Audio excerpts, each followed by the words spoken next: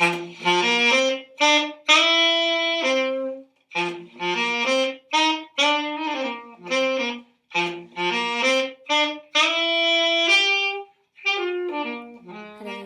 is Orla and this is my debut Kescast, in which I will discuss the death of the Duchess in Webster's play The Duchess of Malfi. So, in The Duchess of Malfi, its eponymous character is a woman who, in both a literal and metaphorical sense, is torn apart by the men around her.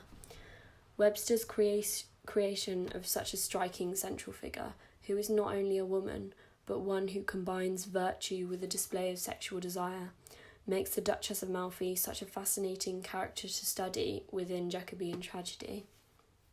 The Duchess dies at the end of Act 4, rather than in a grand finale of Act 5, which would be the typical structure of great tragedy. But this is not because the Duchess fails to command our attention as the mainstay of the action. The following scenes after her death depict the aftermath of chaos which it causes.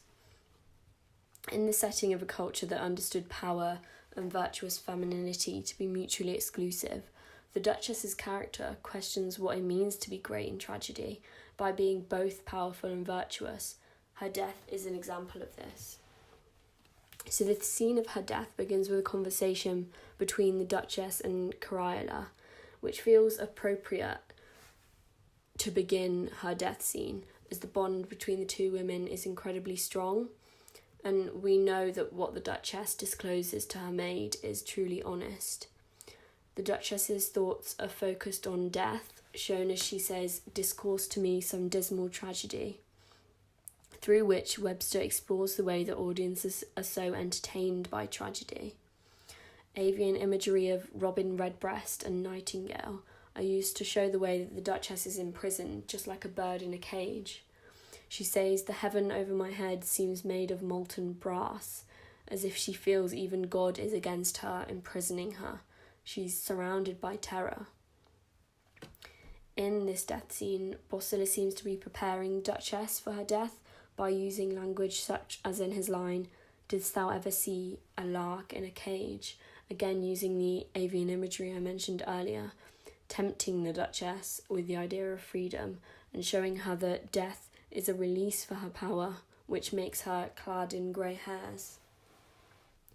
Boswell makes reference to the futility of greatness, which is an important theme within the novel, as the Duchess suffers at the hands of her title, really. Yet the poignant line, "I am Duchess of Malfi still," shows that she holds on to a sense of pride in her role, even at her death, and insists not on her chastity or on the conventional list of female virtues to which she might rightly lay claim, but instead she holds on to her political status. We are reminded of the way that the Duchess's title defines her quite literally in the play, as Webster does not give her any other name. Moving on, the Duchess's motherhood is a key aspect of her character. She greets death with defiance and a moving maternal concern for her children in the line, "I pray thee, look thou givest my boy some syrup for his cold," that shows a kind of rupture in her front of bravery. Webster's choice of strangulation for the Duchess could be for many reasons. Perhaps it is a cause of death that Ferdinand chose in order to make sure her beautiful body, of which he is so possessive, is preserved and intact. Even still, when confronted with this choice of death, the Duchess does not appear to be in fear. She instead says, "I forgive them," demonstrating her admirable morality and nobility to be able to show kindness towards her murderers.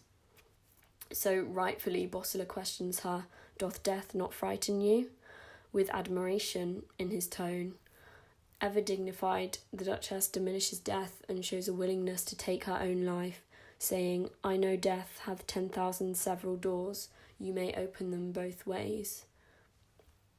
She shows the way society has drained her, saying, "Many hungry guests have fed upon me," and also, "Go tell my brothers when I am laid out, that they may feed in quiet," which is a kind of damning comment on her brother's evil and the way that humans are little more than animals within the play. So, coming to a close, the death of the Duchess is a monumental event not only in the play, but also in Jacobean tragedy as a whole.